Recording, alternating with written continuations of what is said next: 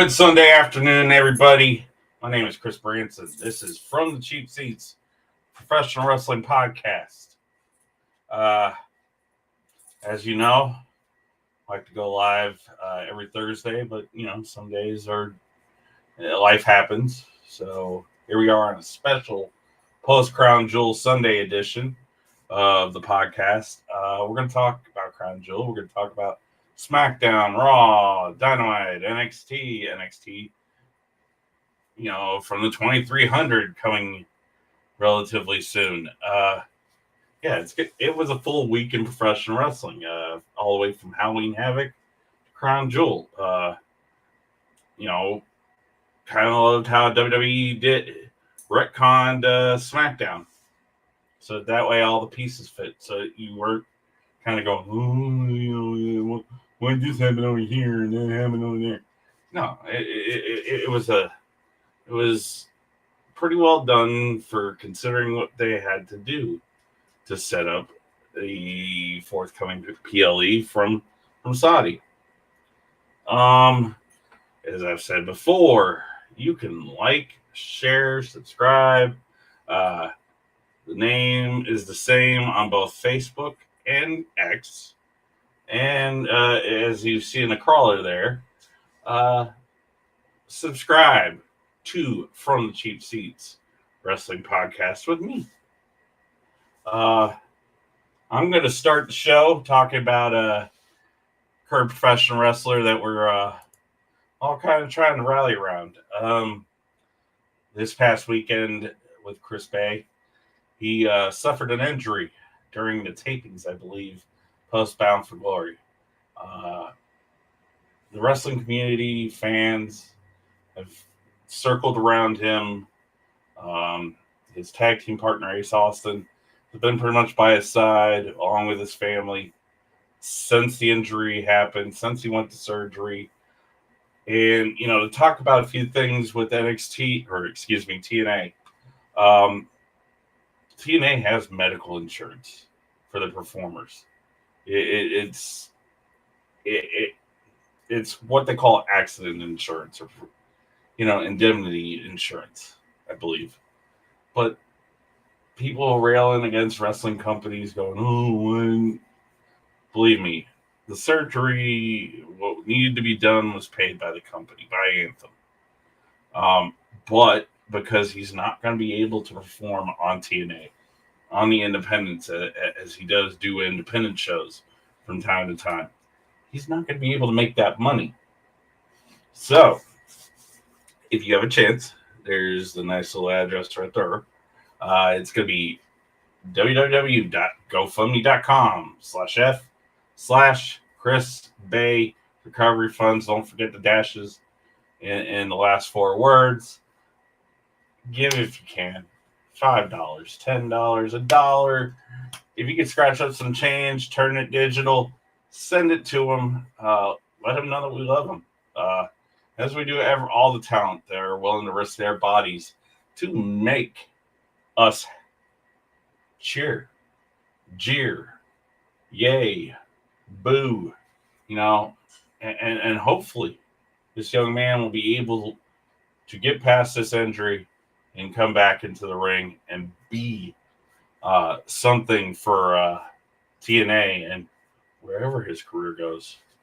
All right, now let's get into a pretty busy week of professional wrestling. Halloween Havoc started off the weekend there for NXT. It's a really good show, top to bottom. And some things that were, but it is what it is. It started the show with the tables, ladders, and scares match. Tony D'Angelo versus Obafemi. Obafemi trying to regain his NXT North American Championship. I thought it was a really good match, hard hitting. Some of the bumps that both took, absolutely crazy.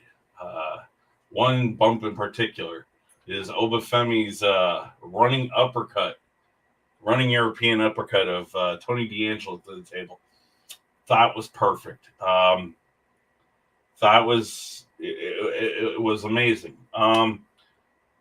somewhere after that bump, the Tony D'Angelo, him feigning the injury. Now, D'Angelo has a history in knee problems.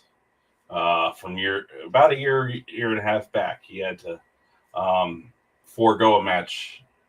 I forget which one, but anyhow, it thought all of us thought that it was going down again. I think Tony D'Angelo didn't need the D'Angelo family to help him out winning this match. Mind you, TLS or TLC or whatever you want to call it this week.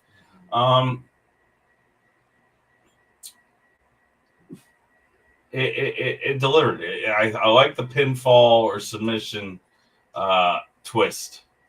Why? Because, instead of having to go climb a ladder, put more risk and everything else forward, they actually sat there and goes, you know what? We'll use these just as weapons, as implements. Just destroy our bodies here on the ground level. Did it need a title hanging 10 to 12 feet in the air? No. The match delivered. Tony D'Angelo retains the NXT North American Championship. Where are we going from there? Who knows? I think from what we saw, Brooks Jensen being led by Shawn Spears, he wants a chance. Much of that roster is going to be coming at Tony D'Angelo now. In regards to Oba Femi, where does he go from here? Well, there was rumors in scuttlebutt on the internet that Oba Femi is about to get promoted to the main roster. If that happens, it's cool. But Oba Femi has been there in NXT and proven enough that if you put a championship on his back, he's going to carry the ball. He doesn't do a bad job carrying the ball. Ask Wes Lee. And ask any of the talent that's wrestled against him. Moving from there, we're going to go into the next match. Juliet and Stephanie Vaquer. The Beautiful Madness and the Dark Angel versus Cora Jade and Roxanne Perez. Now, I kind of like the Joshi, the mixing of the Joshi style with the more hard-hitting style Stephanie Vaquer. Of course, Cora Jade, this is her first match back from multiple knee injuries, in all reality. Roxanne Perez, who has been the NXT Women's Division MVP, along with people like Sol Ruka, Kalani Jordan, Fallon Henley, JC Jane. It's a pretty deep roster down there in NXT that's been holding up that end of business and has really shown out the last couple of weeks.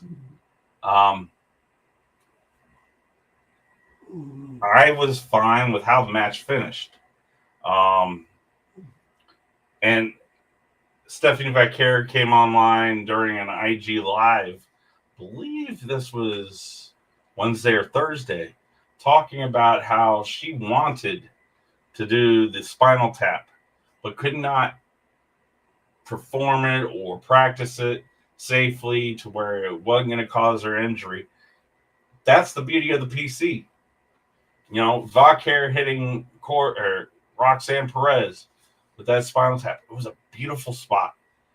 It really made Vaquer stand out from the rest of the women in the match. I really like what she brings to NXT.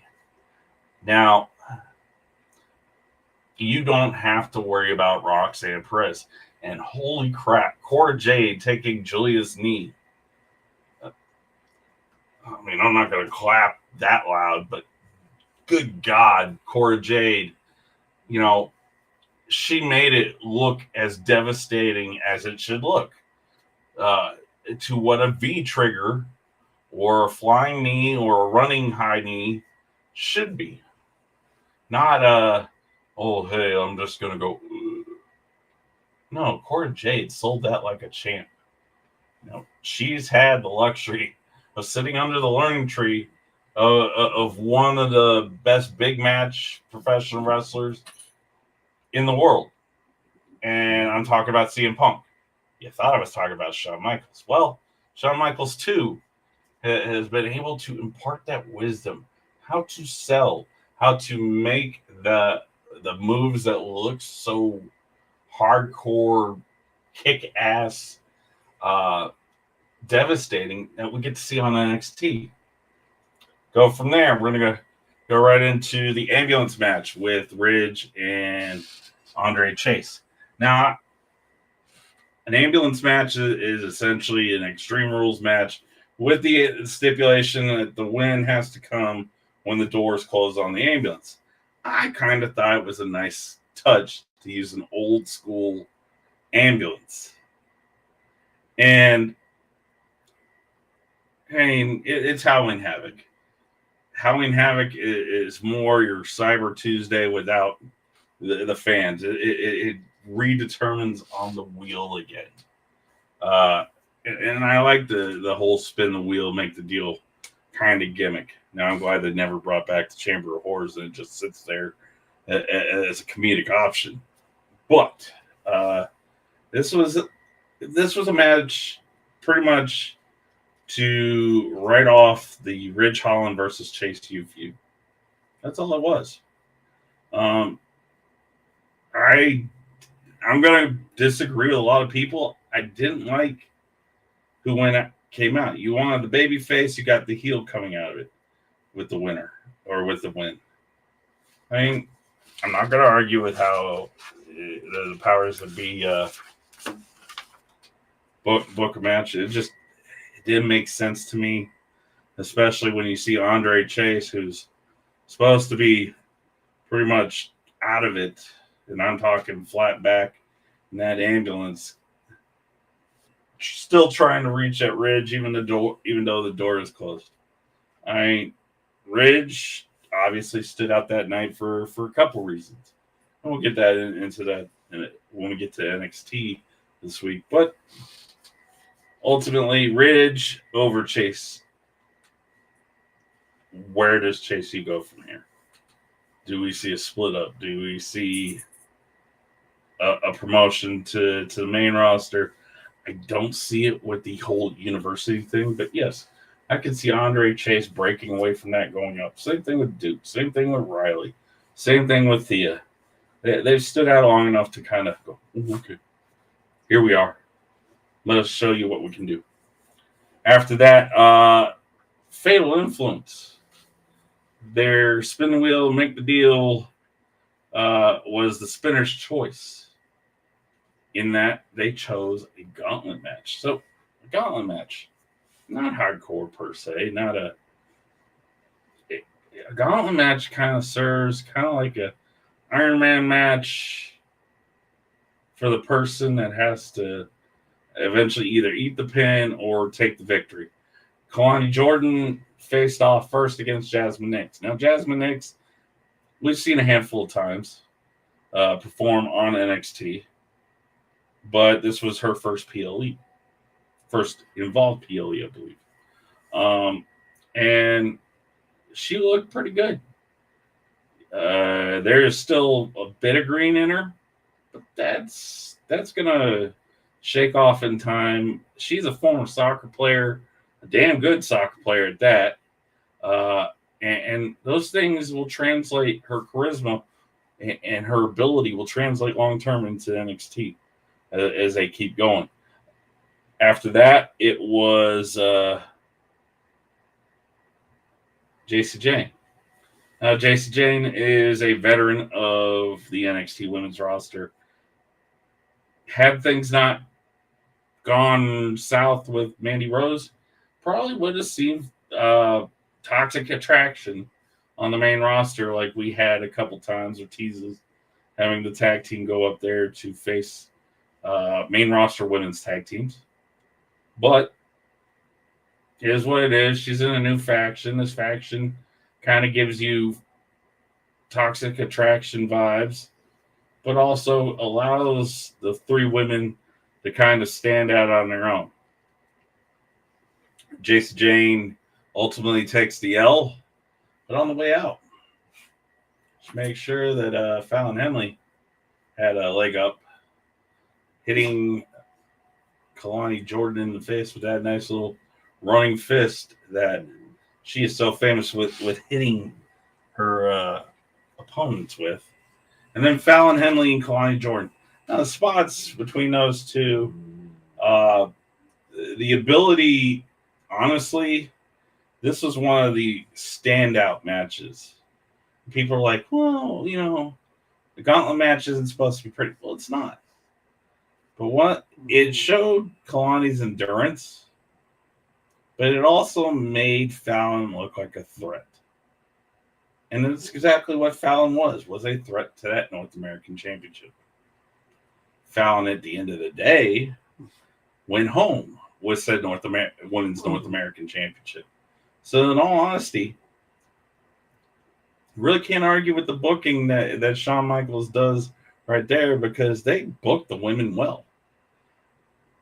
Following the match, obviously Fatal Influence all in the ring celebrating, we finally get an in-ring kind of teaser, an appetizer of sorts when it came to the formerly known as Delta, now Zarya. Now Zarya is 100% that B. Yeah, you can fill out the rest of that line. She is that good. She is Rhea Ripley. If Rhea Ripley just nobody could beat it. Zarya, if it isn't Stephanie and it isn't Julia or it isn't any of the other talented women on their roster dethroning Roxanne Perez, more than likely Zarya is going to be the option. Moving from there to Trick Williams versus Ethan Page.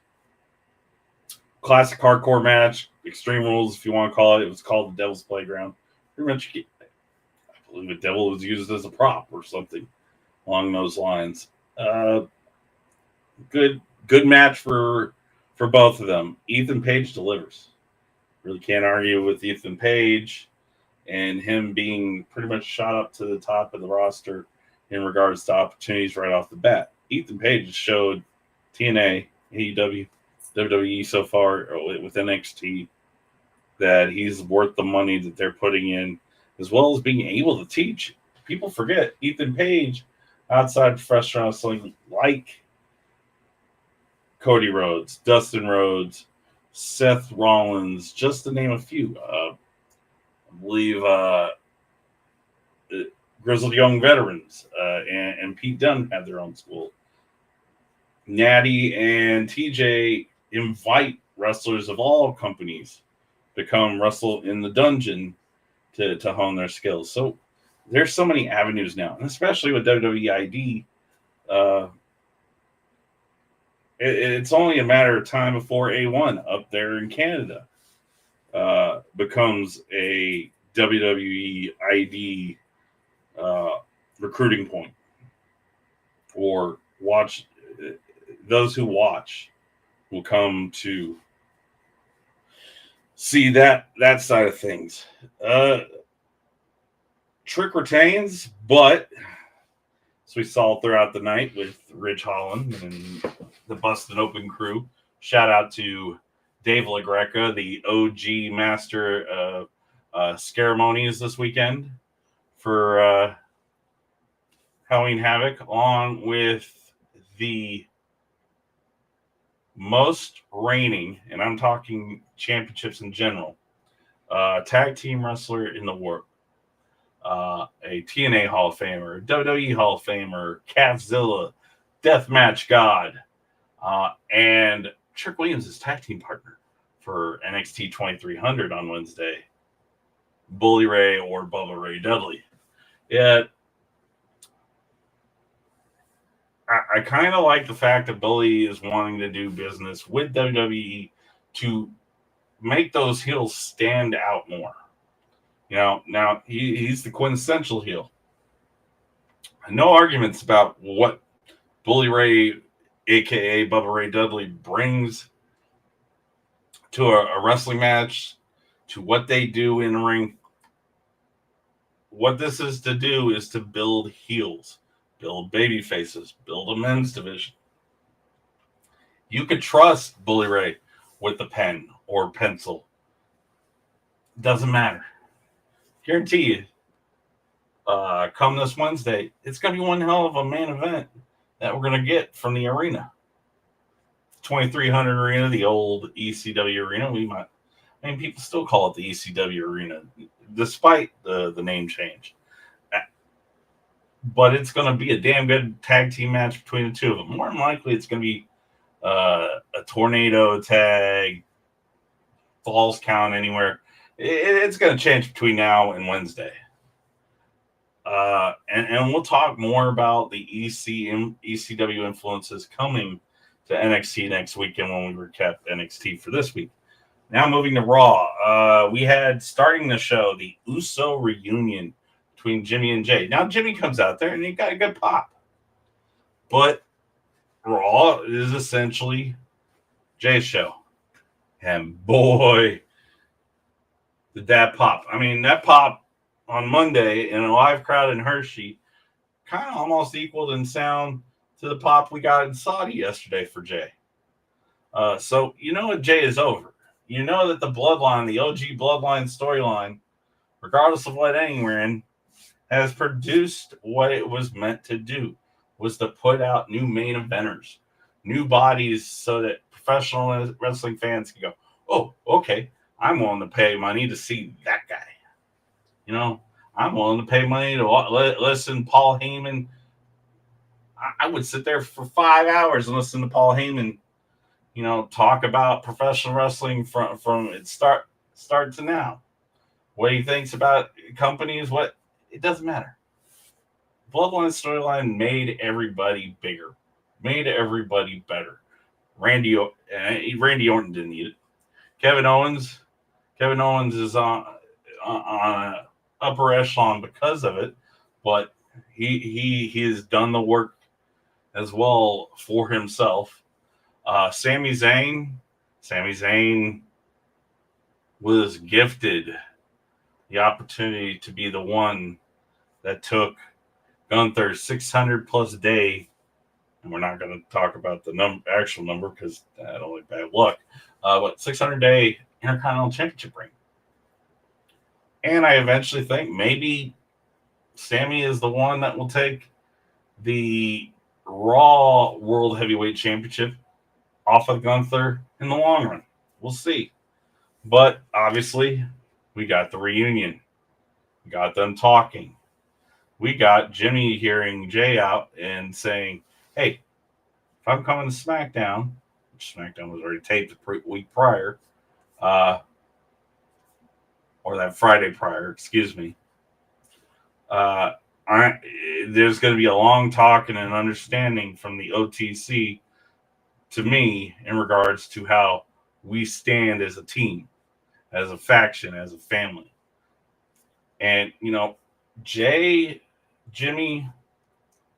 I don't see the rockers and how this is. Jay is not Sean. Jimmy is not Marty. That both of them, if you put the right storyline behind them, singles, they'll thrive. Tag team, we already know they'll thrive. They're probably one of the top 5 professional wrestling tag teams of all time. And that's argumentative. That's subjective to opinion. But in the long term, the Usos have given you a reason why they're one of the best in the world. After that, we had Sheamus facing off against Ludwig Kaiser. I wanted to see Ludwig Kaiser take this, but I kind of understand maybe there's a reason why Sheamus won, and that being that, being taped tonight from Riyadh and aired later, obviously, Monday evening in the States, you have Monday Night Raw. Sheamus is a part of the Fatal 4-Way to determine a new number 1 contender for Gunther leading up into Survivor Series. Obviously, you have Seth Rollins, Damian Priest, Dirty Dominic Mysterio, and Gunther.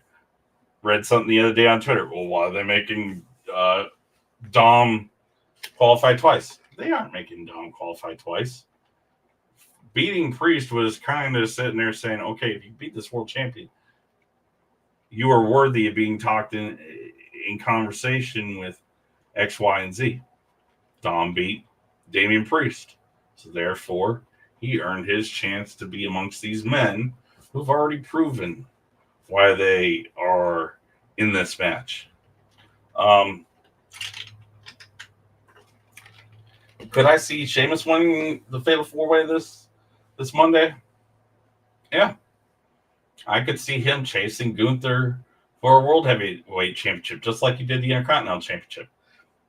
Really not exactly annoyed with how they're going to book this, if they book it that way.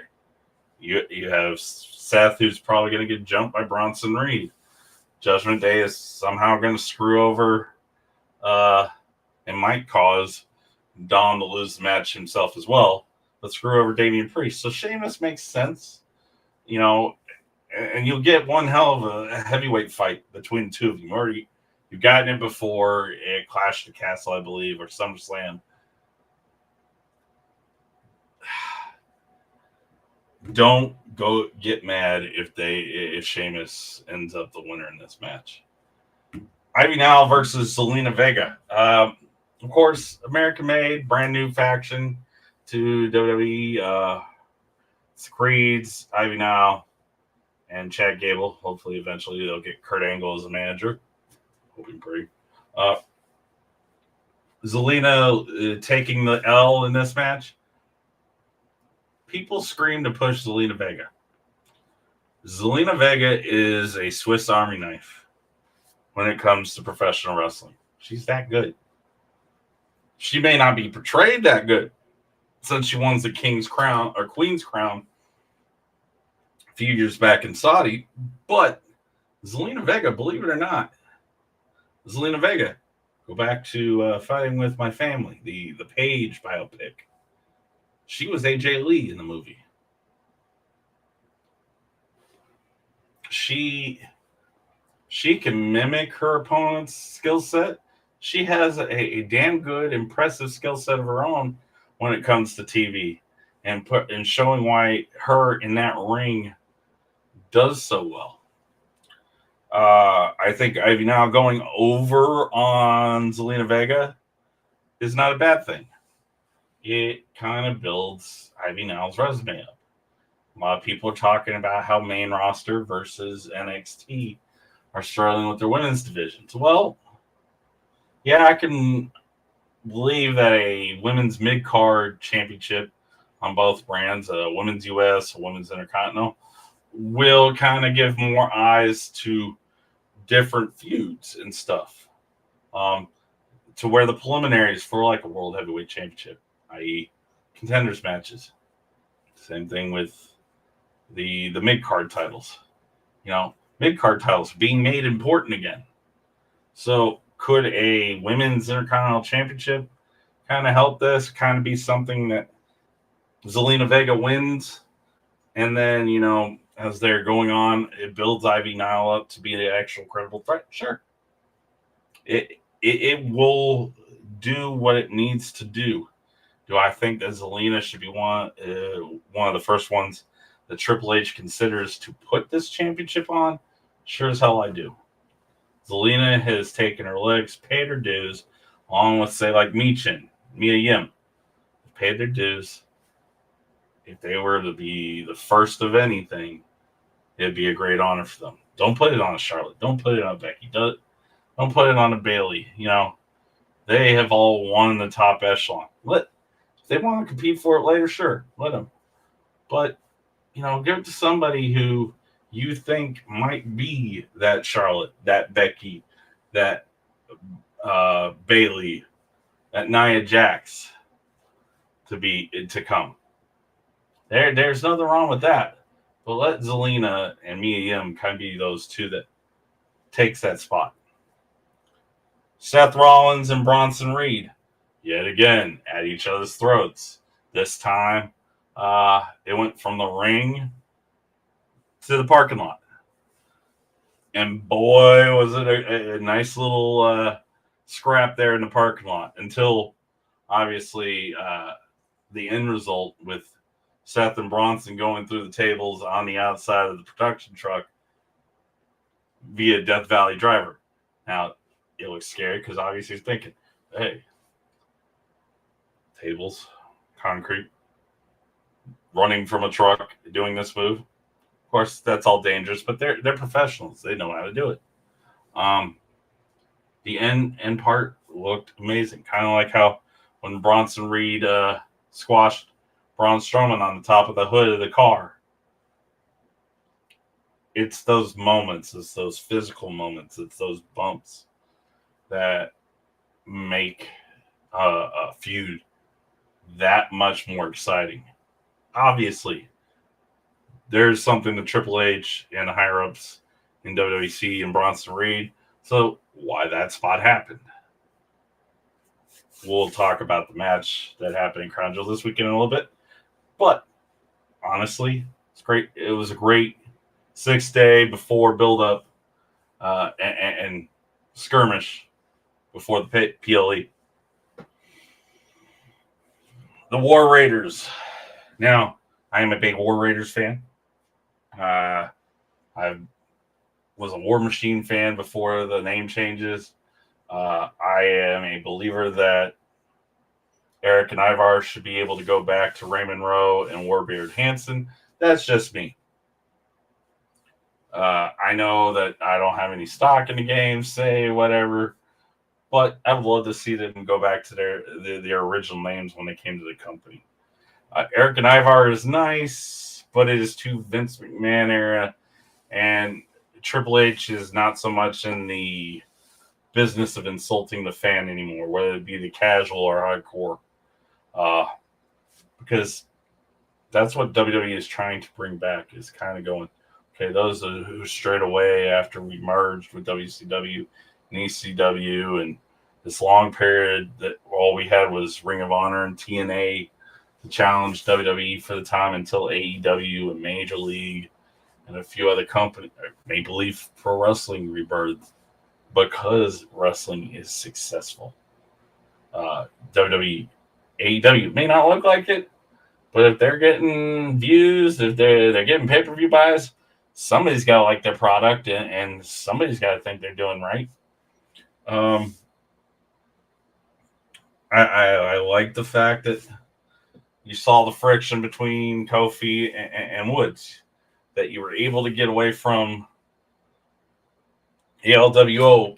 And at the end of the day, War Raiders facing off against the Judgment Day be the right tag team to put the tag team titles on, especially if you have these fissures and fractures that are about to come from Judgment Day.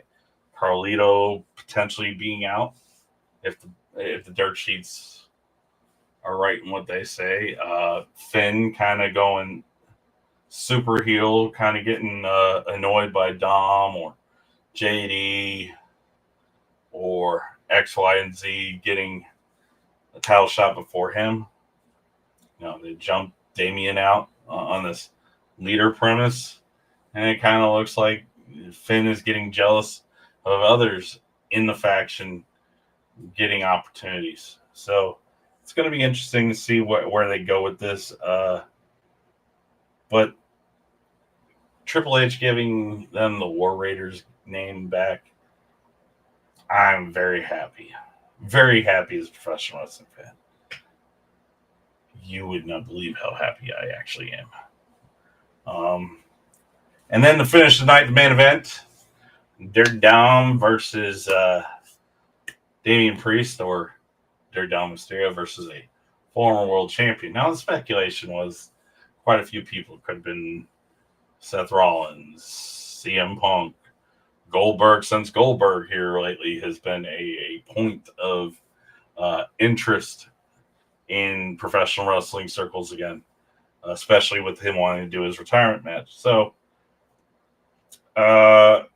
obviously, it benefited both men because guess what? Both men are going to be in part of that Fatal 4-Way that's being taped tonight for Raw tomorrow.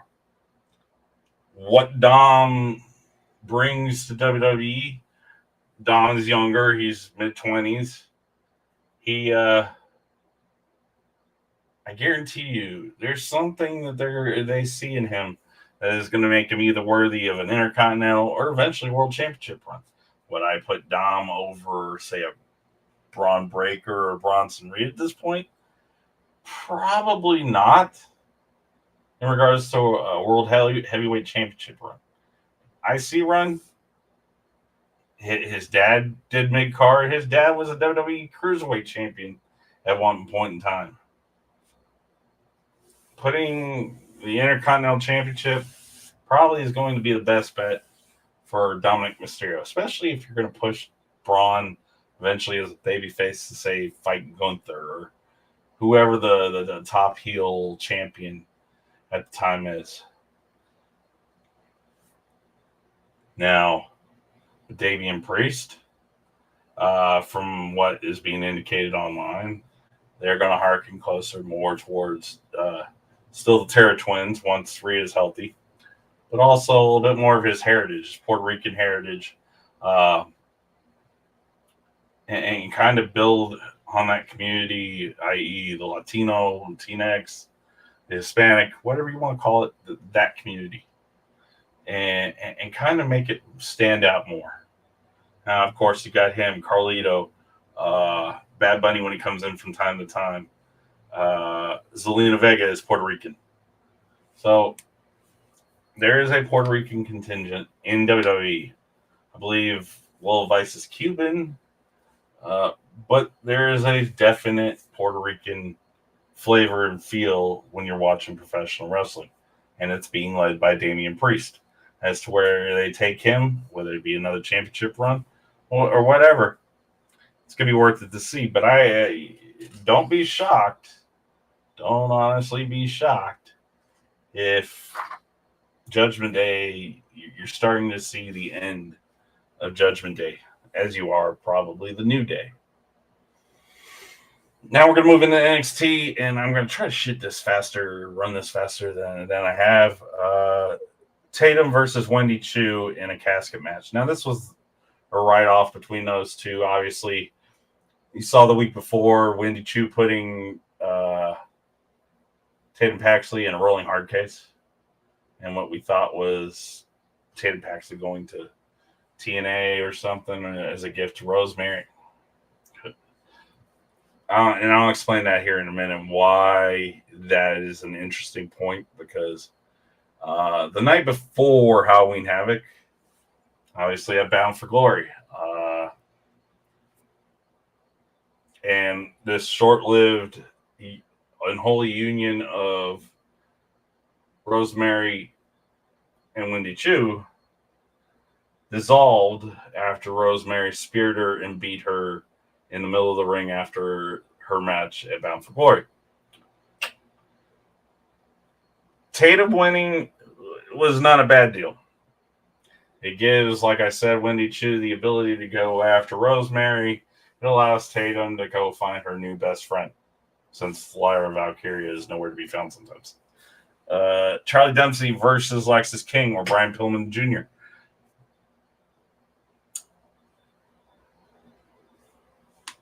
There's a lot of history to dig with, especially with Charlie Dempsey and Lexis King, and obviously the worst kept secret in professional wrestling, William Regal being Charlie Dempsey's dad.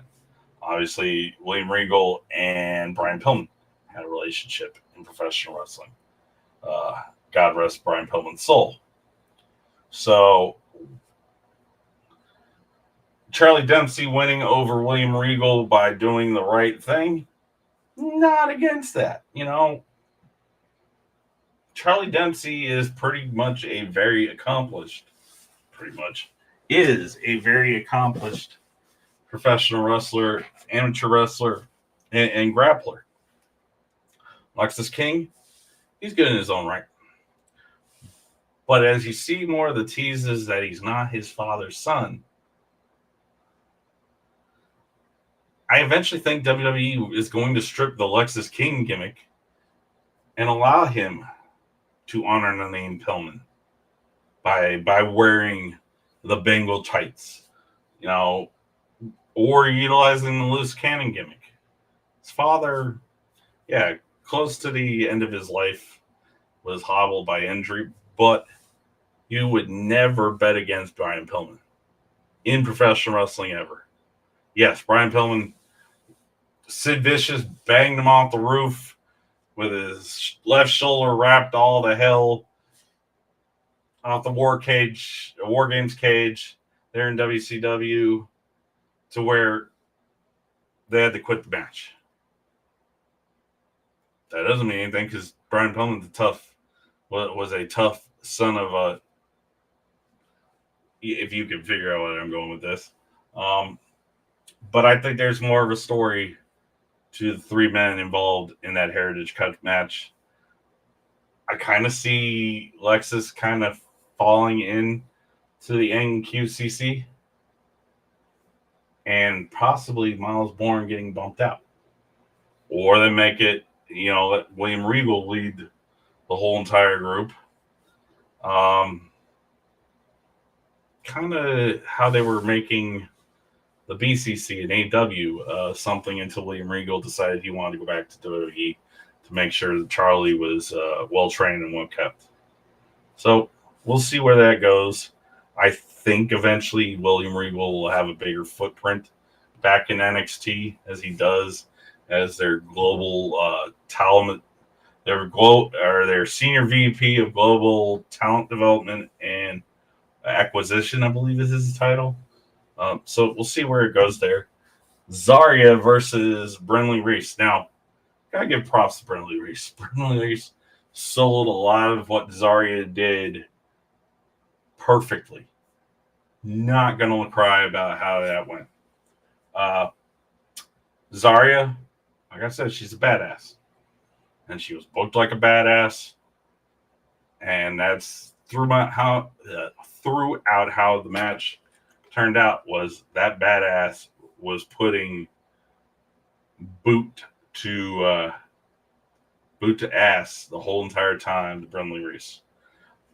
After the match, obviously Zarya taking the dub, is where we get this 10-woman tag team segment that's going to be dealt with at the ECW arena next Wednesday, or this coming Wednesday, excuse me.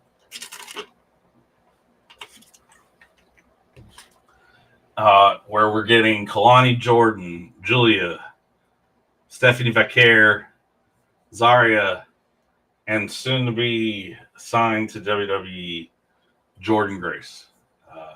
You all know that's coming. Versus Fatal Influence, the NXT Women's Champion Roxanne Perez, and her best frenemy, Cora Jade.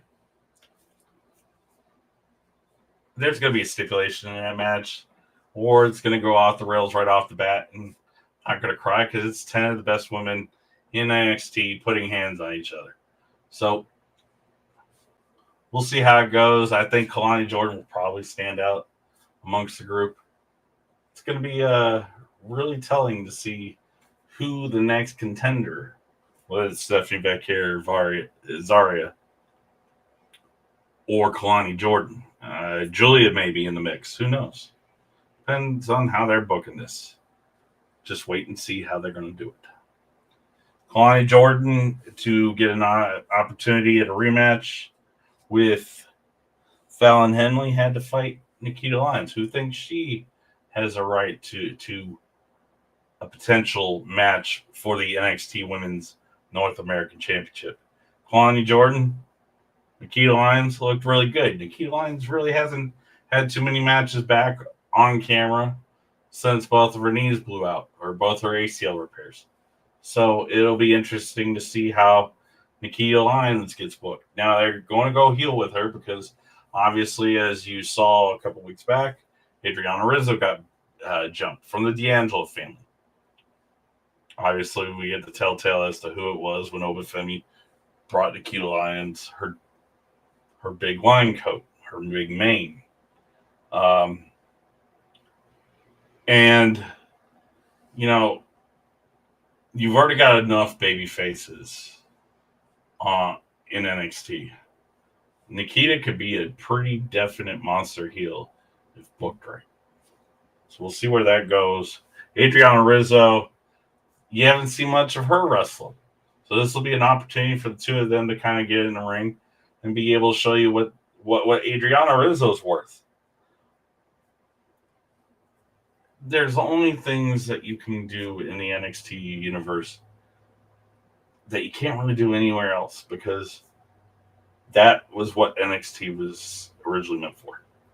What was to develop these talents that go onto the main roster. I mean, we're going to see how things go with NXT ID or WWE ID when they're going to do the independent development and tie in with schools to kind of take a look at the next generation of professional wrestler. The main event for the night was Fraxium versus Javon Evans and Cedric Alexander. Now, they've been teasing Fraxium breaking up for months now, and we're not getting that payoff yet, and I don't think we will for a while.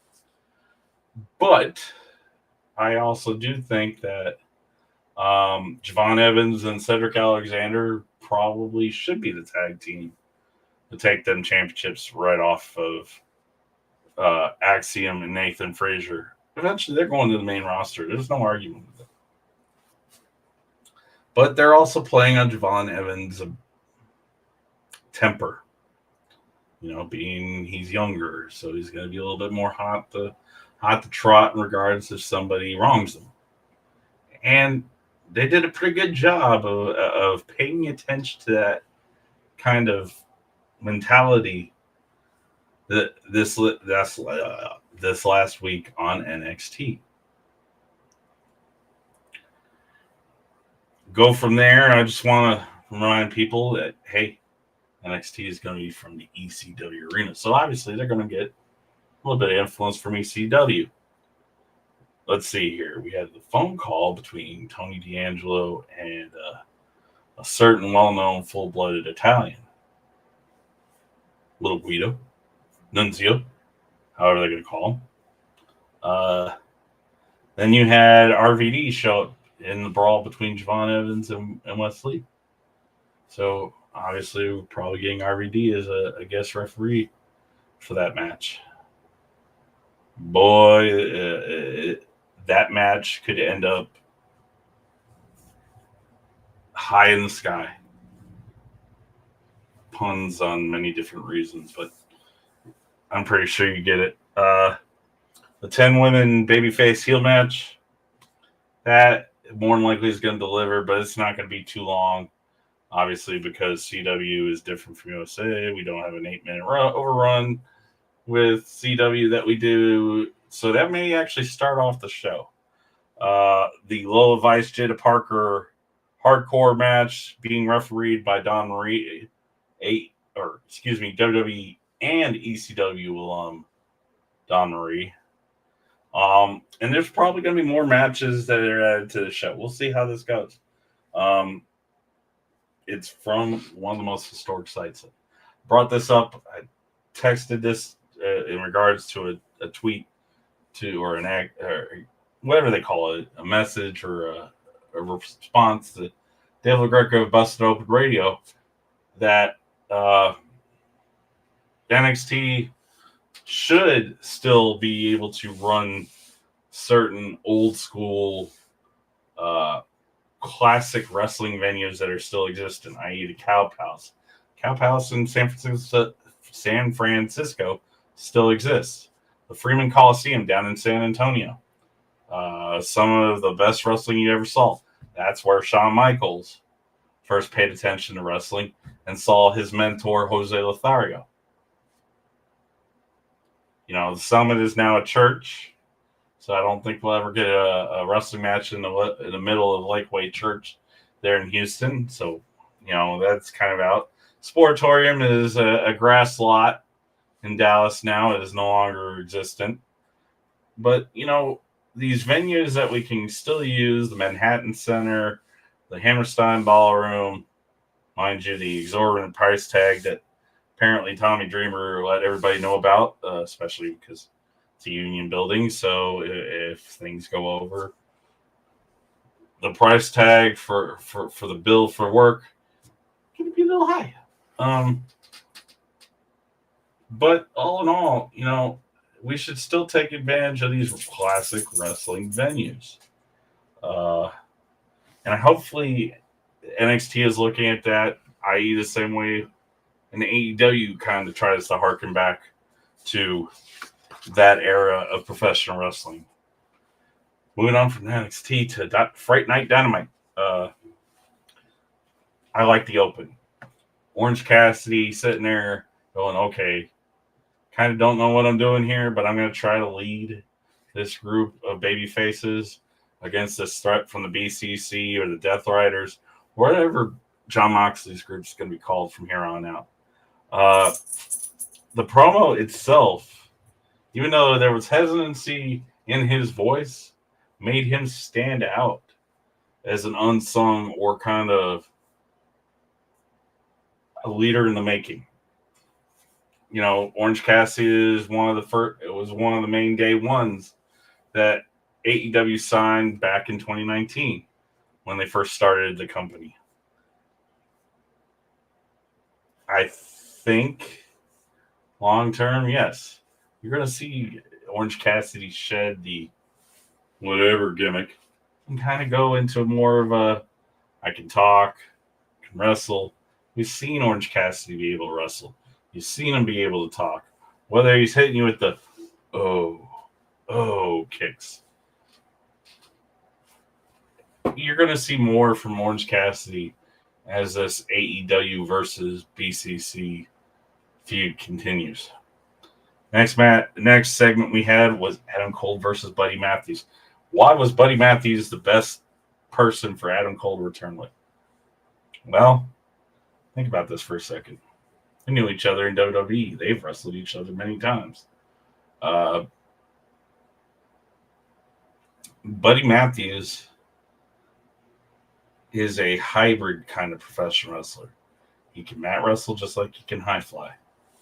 Can't really argue with his skill set. Adam Cole, obviously having major reconstructive ankle surgery.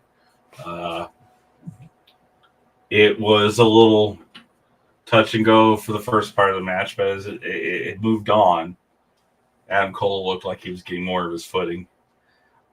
I liked how, they sold Adam Cole's injury or previous injury by taking advantage of the area that was affected. Buddy Matthews did a good job of targeting that foot and ankle of Adam Cole. I think Adam Cole taking the win on this was a good call, but I would have been fine if Buddy Matthews had won the match. And then obviously, we get the code of honor, and then it goes dark. You have the code of honor between Adam Cole and Buddy Matthews, and then when they turn the lights on, whose hand is in Adam Cole's shaking it? None other than Malachi Black.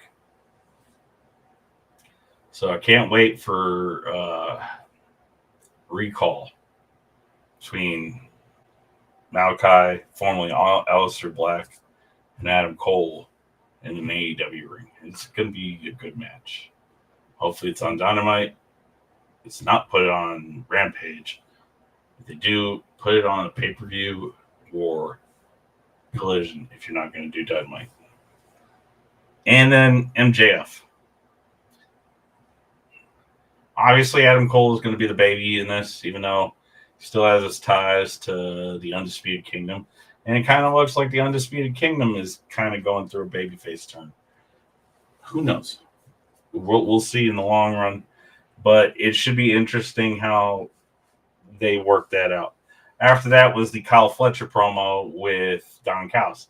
Now, Don Callis can't argue with his ability to talk. He is the quintessential heel manager.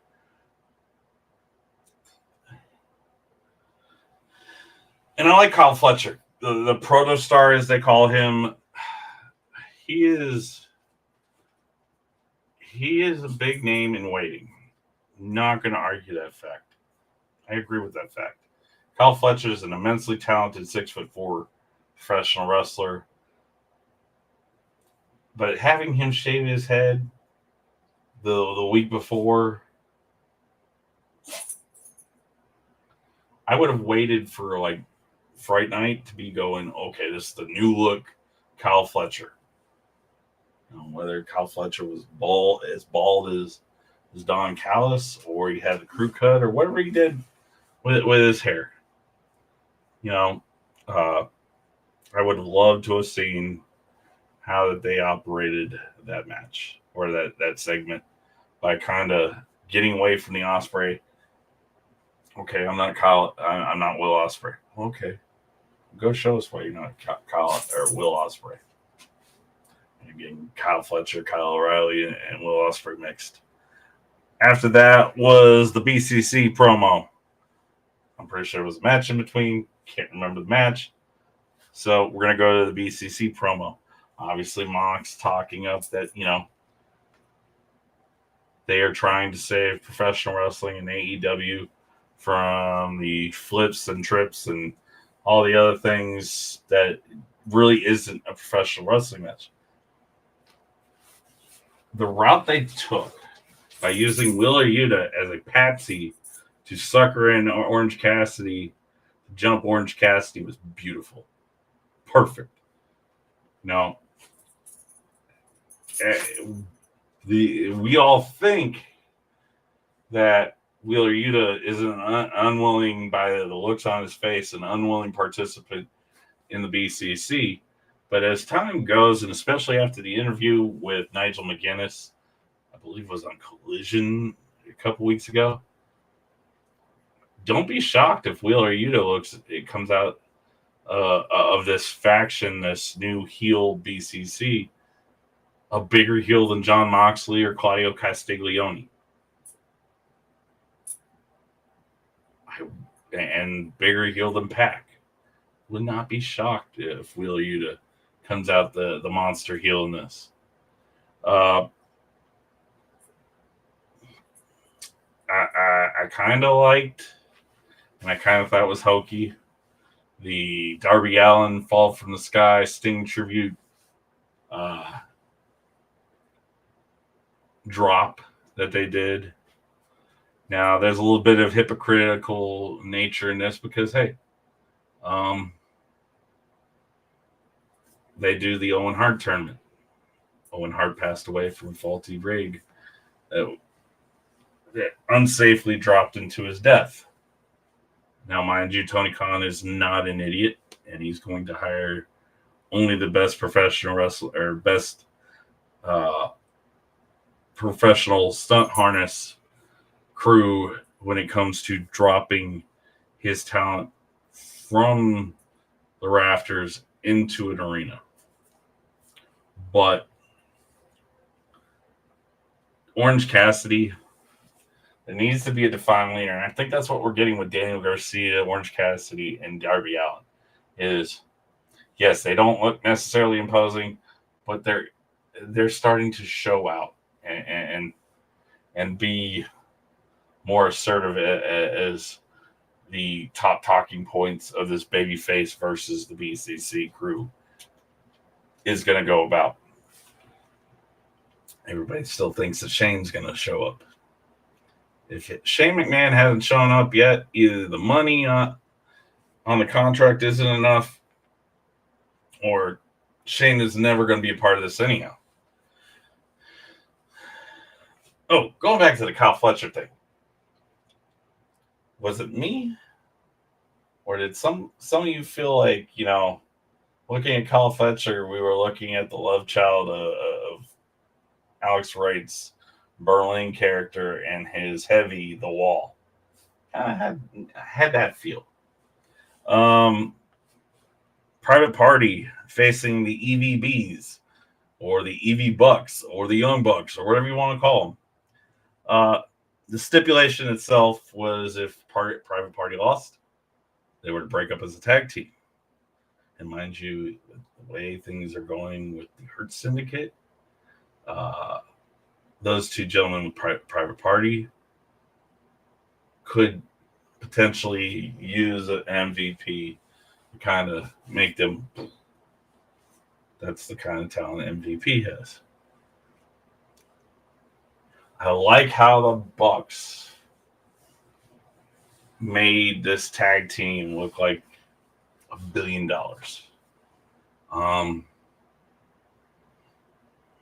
The Bucks, when they do business right, and that's not saying they don't do business right, but when they do business right, tag teams shine. That's something that they have learned over the course of time as a tag team themselves, having to struggle through Generation Me, through New Japan to have AEW. I like the fact that if anything, in any team that they were dropping the championship to, it was how they did it for Private Party. And the fact that the Bucks actually did the honorable thing and handed off the tag team championships to Private Party. It's a nice touch. Go from there. Went into the Jericho Learning Tree segment with Brian Keith, the Bad Apple, and obviously Big Bill, the Redwood. There was a report recently that Ring of Honor or Tony Khan is trying to close a TV deal for Ring of Honor. And the reason why Jericho unseated Mark Briscoe as Ring of Honor World Champion. I'm not the biggest fan of Jericho's umpteenth gimmicks in the AEW. The Learning Tree kind of looked really, really hokey to me. But it's now starting to grow on me. And I can understand why Tony Khan would put Jericho in that spot. I do. And I wouldn't argue against it. A good face for TV, established leader in the locker room, whatever you want to call it. Chris Jericho doesn't seem like it was a bad choice at all. But we'll see how it goes from there, how they're going to break up the rosters between ROH and AEW, Dynamite Collision, and then obviously the Ring of Honor show, however that comes and whatever channel that's on. Which I wouldn't hurt to say that it should stream on Max as well. You get 1 billion viewers on Max, especially those that watch baseball, basketball on Max right now. I believe hockey a little bit too. But yeah. Whether it's True TV, it's later in the evening, TNT or TBS. Ring of Honor, Kerry Silkin came out the other day saying that he didn't believe that Ring of Honor was being taken as beneficial by the way it's being booked or how it's being ran. You also got to remember, the pandemic nearly killed one of the most legendary brands in all of professional wrestling, that being Ring of Honor.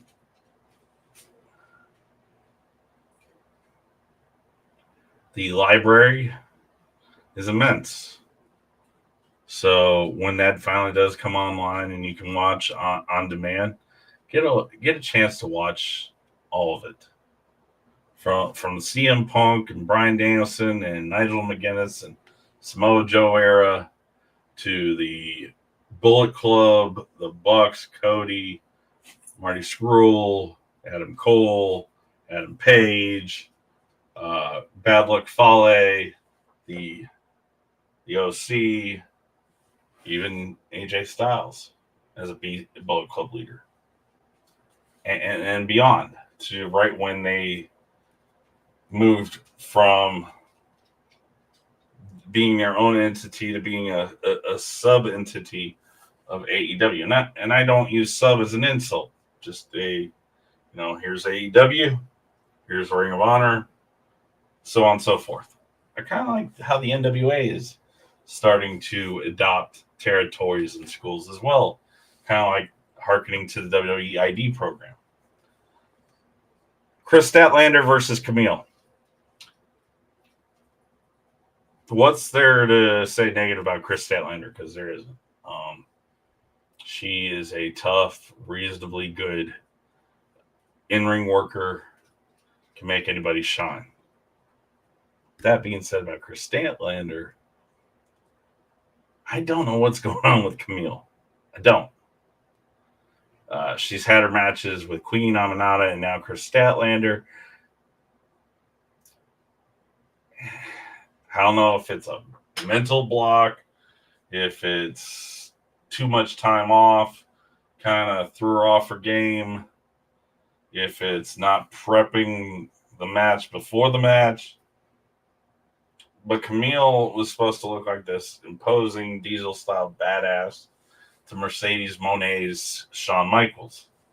And that is definitely not what we've been getting out of Camille. I mean, Camille was the NWA Women's World Champion for close to 900 days. I mean, she had a Gunther-like run in NWA. I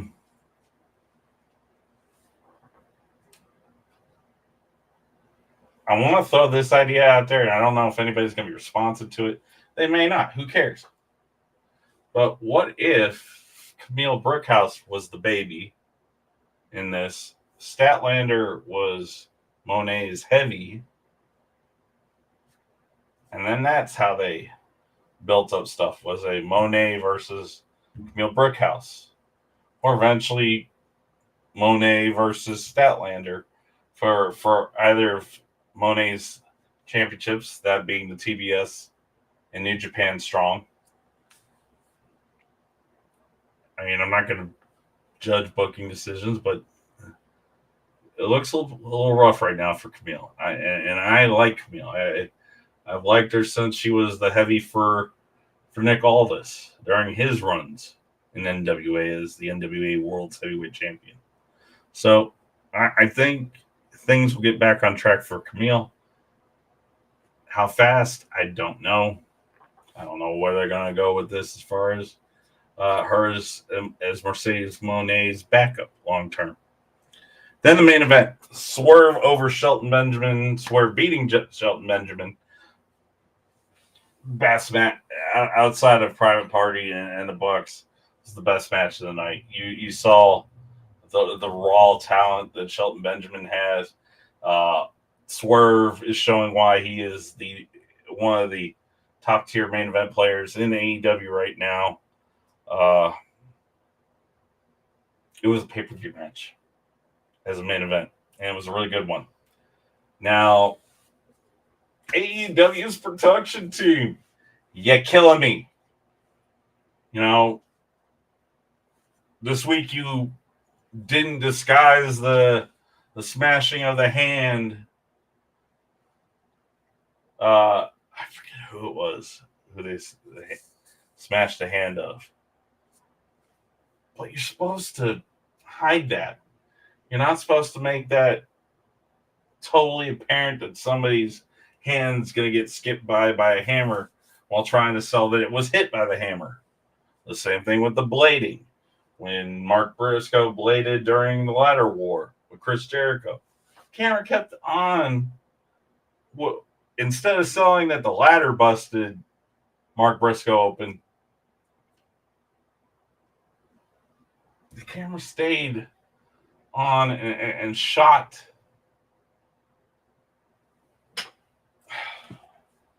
Let's just say, Mike Mansouri, if you ever get a chance to watch this, please fix your production crew, fix your cameraman, tell them to make the shot look good, to make it count, to make whatever.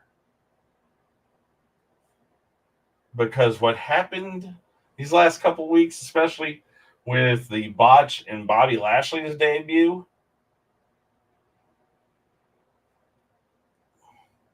these are the little things that people go, "Oh, I don't want to watch AEW. It looks like a second-rate promotion," and it's not. They're not a second-rate promotion. They are worth every dollar and cent that Tony Khan puts into them, and that people that like AEW continue to show up and put money towards to watch that talent. You want to beat WWE, or you want to stand on the shoulders of giants along with WWE? These are some of the little things you got to fix. You know, now I kind of laughed at the Bucks. Oh, it was Brandon Cutler. That's who it was. Brandon Cutler, that guy had his hand smashed.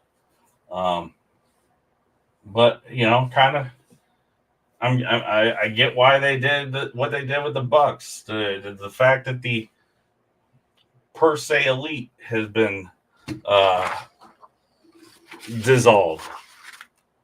It's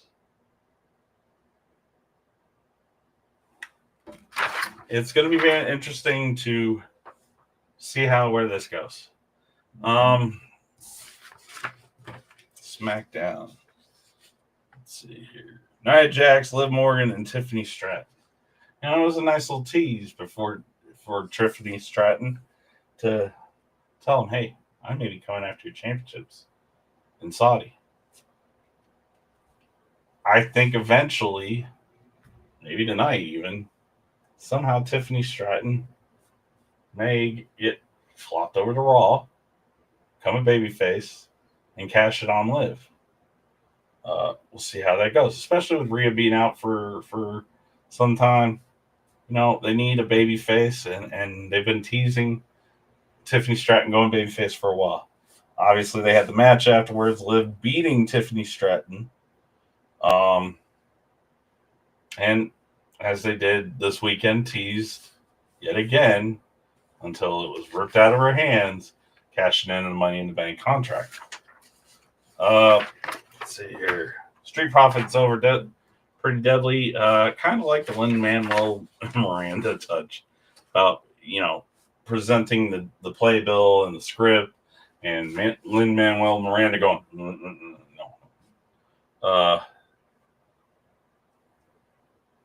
It was pretty good. The match itself was really good against the Street Profits. I kind of even liked when they showed B-Fab. I believe it was Kit Wilson that she slammed. It was a clean body slam. To Brandy there, to B-Fab. Montez Ford, part of the Montez Ford a lot of times shows why he's the MVP of any professional wrestling match long term. And eventually I would love to see him take a main event run or take a singles run. Not speaking ill of Angelo Dawkins, but Montez Ford, every match he's in, usually is the shiniest star in the sky when it comes to however he's booked. Bayley and Naomi versus Candice LeRae and Indy Hartwell. This, unfortunately, was Indy Hartwell's last WWE contracted match. We'll get into that in a minute.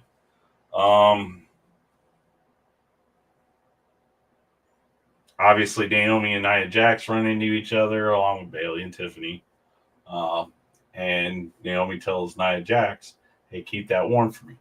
It's gonna be a good match when it happens. I will tell you that. If anything recently indicates that, same with the Bayley triple threat. Don't be surprised Naomi, for the years over, is WWE Women's Champion on SmackDown. The OG Bloodline storyline. Like I said, it had a retcon of quite a bit of things because SmackDown was taped prior to Crown Jewel for this week. Obviously, Jay showed up, and you saw the pop there in Barclays Center for Jay when he was standing, before he was standing across from Roman and Jimmy. Jay got probably a louder pop than Roman did as the OTC. We're going to see how that goes there. I think you're going to see a group of equals instead of subservience with this bloodline, especially if Sammy and Paul Heyman factor into the bloodline again. And like I said earlier, Jimmy and Jay standing on their own as singles wrestlers are probably going to be as good as they were when they were tag team wrestlers. We already seen with Jay. Give Jimmy a chance to show up and show out. Guarantee you he's worth a singles run too. Io Sky, Lash Legend, Bianca Belair, and Pippa Niven in a Fatal 4-Way prior to the Fatal 4-Way tag team match at Crown Jewel. Io Sky goes over on Lash Legend, Bianca Belair, and Piper Niven. That whole match was great because it was no disqualification, so obviously their counterparts could interfere. All the spots and setups that they all had during the match were great. Chelsea Green, excuse me for burping. Chelsea Green is showing why she's the one of the MVPs of the SmackDown Women's division because she sells. Heck, she could sell Maybelline to a Martian, and it'd look good. Let's see here. And then they had Cody Rhodes and Randy Orton facing off against Imperium. Obviously, this was just a setup Saturday. Cody and Randy Orton beating Imperium ended with Kevin Owens jumping Randy Orton. And obviously, Gunther utilizing the rear naked choke or the sleeper hold on Cody Rhodes to kind of set up their men's match for the Crown Jewel Championship.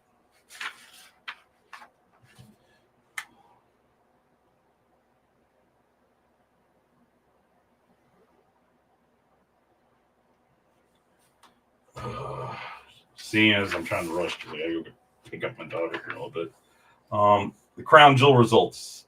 They let the new bloodline get over on the OG bloodline, and the post match element is what's going to be interesting in the coming weeks before War Games. Sami Zayn coming back and actually helping the OG bloodline. Then, as they're surrounding Solo, and Roman's supposed to be going and punching Superman punching Solo, Sammy Haluva kicks Roman. So I'm pretty sure they're gonna have their moment to talk it out. But ultimately, we see where they're going. The old blood, new blood, War Games in Vancouver on November 30th. It's going to be an interesting match, interesting night of wrestling there. Fatal 4-Way Women's Tag Team match. Why did this match deliver? Because there were a ton of spots, whether they were flips, flops, moonsaults,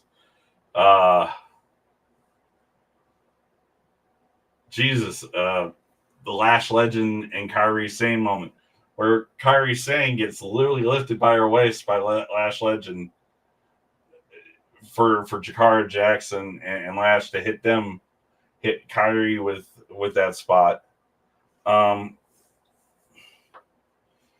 The finish being Bianca Belair and Jade Cargill. I kind of am ready for them to lose the tag team titles. I hate to say it that way, but it needs to happen. I think Bianca Belair should turn heel and let Jade kind of build up as a single star. That's just me. Seth Rollins over Bronson Reed. Why is Reed and Rollins happening? Because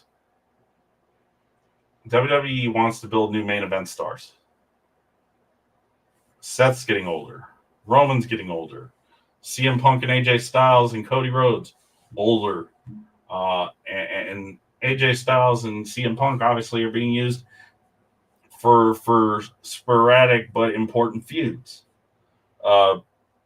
So Bronson Reed, the build-up that they did with Braun Strowman, and now that they're doing with Seth Rollins, Bronson Reed is every bit worth a run with the World Heavyweight Championship. Man can talk, he can wrestle, he can smash your ribs, he can drop you on your head and make you forget things.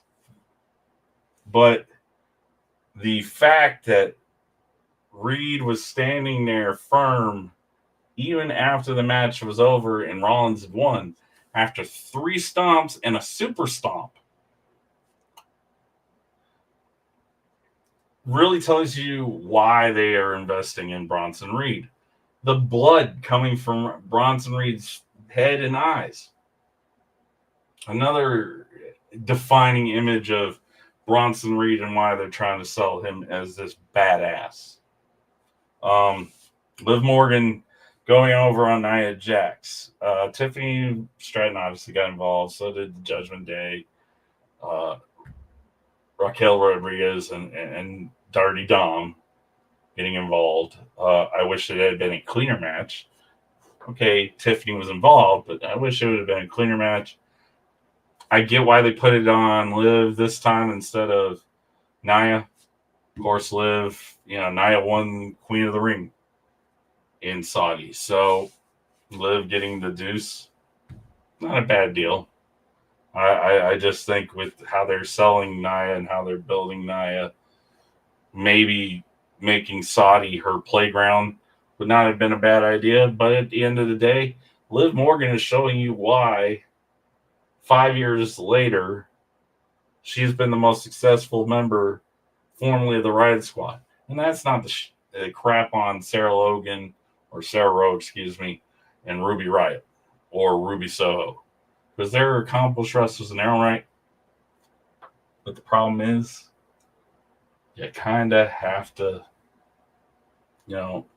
give it all, tip the cap, whatever, to how Liv Morgan has shed a lot of, is she worth this, to showing you why she's worth it and why she is the first ever Crown Jewel champion, which she gets to revel in this for a year. That's not to say she's going to have that championship in Saudi next year. It may be two completely different individuals wrestling in that match. But it is a nice touch to have your, bragging rights for 1 year. And I was the champion of champions between the two brands. Judgment Day interference, unnecessary. I would have loved to have seen Liv go over on Nia clean. But I don't book the show, don't write the show, so can't necessarily say, too much. I'm giving you my perspective, my opinion. Kevin Owens and Randy Orton went to a no contest, obviously never matched, never started. I love the stunner on Eddie Orango, or I believe that's his name. The guy they referenced to is Eddie Munster. The RKO on Adam Pearce. Obviously, if he had hit all this crap, would have hit the fan.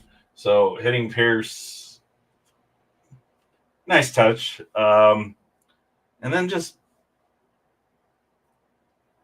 maybe you would rather the grudge be continued all the way to Survivor Series. And that's where I think they're going with this. But, Kevin Owens barely got the Duke over Randy during this brawl out into the crowd there in Saudi. Looking forward to how this evolves and how Cody gets involved, how it potentially a Cody versus Randy Orton scenario comes about. So that should be amazing when it's all said and done. LA Knight over Andrade Carmelo Hayes for the U.S. Championship. It's the match of the night. The three of them had one of the best matches I've seen triple threat-wise in some time. Between any group of three, WWE, AEW, TNA, etc., etc. I think Andrade or Carmelo Hayes would have been better served to have unseated LA Knight as U.S. champion, because LA Knight has potential being WWE champion. It's his time to kind of show the world that he's worth that the next tier there on SmackDown. And then Cody Rhodes versus Gunther. I like the callbacks during this match. One in particular, the finish. That being Bret Hart versus Roddy Piper for the Intercontinental Championship at WrestleMania 8. The Piper, or I think it was Hart, did the roll-up on the sleeper. It's a damn good finish. The match is really good. It was hard-hitting. Gunther and Cody Rhodes showed you why they are the top dogs of their respective brands. But at the end of the day, Cody Rhodes is your first men's crown jewel champion. Not to say that Cody will be back there, like I said, with Liv Morgan, but we'll see how it goes. And then we're going to move into this new segment, formerly the IWC segment, the Scuttlebutt segment. We're going to call it Let's Talk About It. Thank you, Trick Williams. Baron Corbin, Indy Hartwell, Nixon, Newell, or as we all know her in WWE as Tegan Knox. This weekend, right before SmackDown, everybody was notified that Baron Corbin's contract's not going to be renewed with WWE, but she's probably going to have a Drew McIntyre-like indie run. So watch out for Baron Corbin. Indy Hartwell, she's just scratching the surface. She's still young. She's going to make a name for herself. She'll probably be back in WWE if she doesn't go TNA or AEW long term. Nixon Newell, minus the tears in her knees, she really hadn't had a chance when she got hired back by WWE to show why she was worth being hired back by WWE. I guarantee you, she's going to show her worth. Give it some time. Taking advantage of moments given. WWE ID, this new independent development department, it may be more successful than NXT. Why do I say this? Well, NXT, while we're hiring people that have never wrestled, now allows us to bring in people who have wrestled from some time on the indies, Japan, wherever, and showcase why WWE should take an interest in them to make them potentially a future WWE star. It's going to be a good deal. I like it. NWA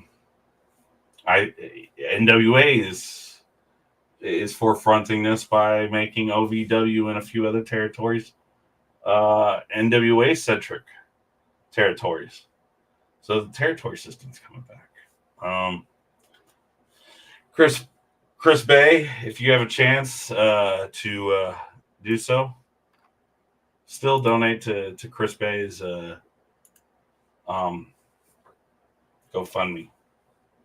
You're going to make sure that him and his family are taken care of while he can't do the thing he loves. And there's nothing wrong with making sure that he has money in the bank so that he's comfortable while he recovers.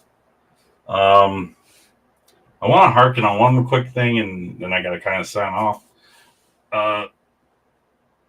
Us as professional wrestling fans, whether it's on social media, in public, it doesn't matter. Yes, you pay for the ticket, but you do not pay for the right to talk to any talent, staff, ring announcer, color commentator, play-by-play guy like you're better than them, you know them, that, talk down to them. One instance this week was the ungrateful mutts comment that somebody said to Samantha Irvin and Ricochet. Yes, Samantha Irvin was kind of annoyed with how she was limited in WWE. She has that right. Ricochet really didn't shit on WWE when he left. He said, hey, I'm going to go take this opportunity with AEW. I'll come back. The door's always open. Same thing with Samantha Irvin. Yeah, she said her piece, but you know what? That's her right, as it is anybody's right. On that point, though, if you are a professional wrestling fan calling any talent horrible names just to get some Twitter or Facebook, or don't go to a wrestling match. You're not a professional wrestler. You're just paying for the ticket to see the wrestler. If you don't agree with them, don't watch. But knock it off. Oh, real quick. Saw something on the X Machine here. I wanted to give Will Cruz his flowers. His power bomb into a rotating power slam finish, that was unique. It was awesome. He and Leon Slater this weekend, I believe, had one hell of a match from what I could see the highlights from. So yeah, Will Cruz. If you get a chance to see this, you've got a fan. Hopefully, we will see you eventually on stateside television, instead of just videos from Britain.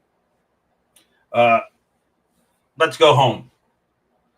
As we're going home, let me just thank you again for watching, whether you watch it live or you watch it later on YouTube, you watch the stream on Twitter.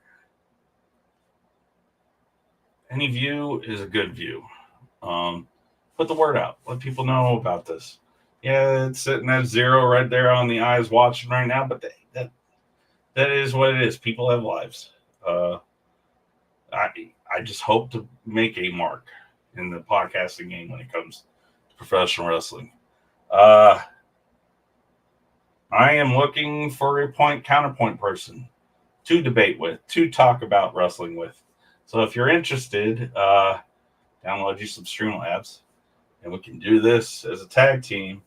And if we do get subscribers and we do make money off of this, it only helps our families.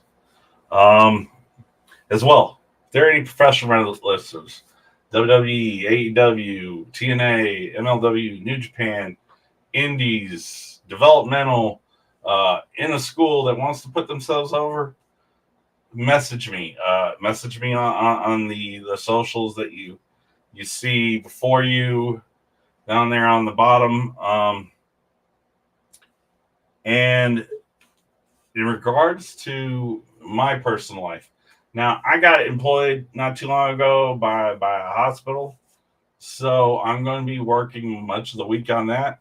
But I'm still going to be doing these podcasts. More than likely, we're going to move them to Saturday, to where it's probably easier after 12 o'clock for me to do them, be able to be caught up on all professional wrestling by then. But I just want, for anybody that has watched, subscribed, is on the Twitter, on the YouTube, on the Facebook. Thank you. You're the reason why I do this. You're the reason why I talk about professional wrestling. So other than that, this was from the Cheap Seats Professional Wrestling Podcast. My name is Chris Branson. Like, share, and subscribe. FTCS Podcast on X, from the Cheap Seats Wrestling Podcast on Facebook and on YouTube. Wishing you a good Sunday. And remember, we love and enjoy professional wrestling. Don't make it horrible for the next guy.